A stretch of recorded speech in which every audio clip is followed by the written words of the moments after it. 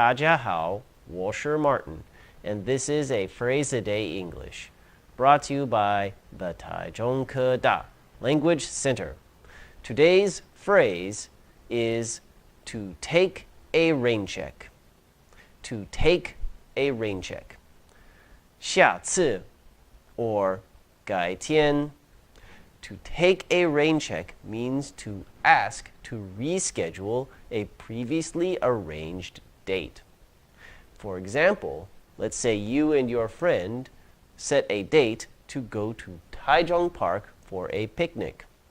But when you get there on that day, it's raining and you can't have your picnic outside. So you decide to reschedule to another time in the future. You will decide to take a rain check. So that's what it means. Reschedule for another time. Okay.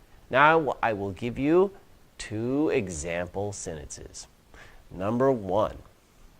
Mind if I take a rain check for that drink? I have to work late tonight. Number 2. I need to take a rain check for our meeting. Something unexpected came up.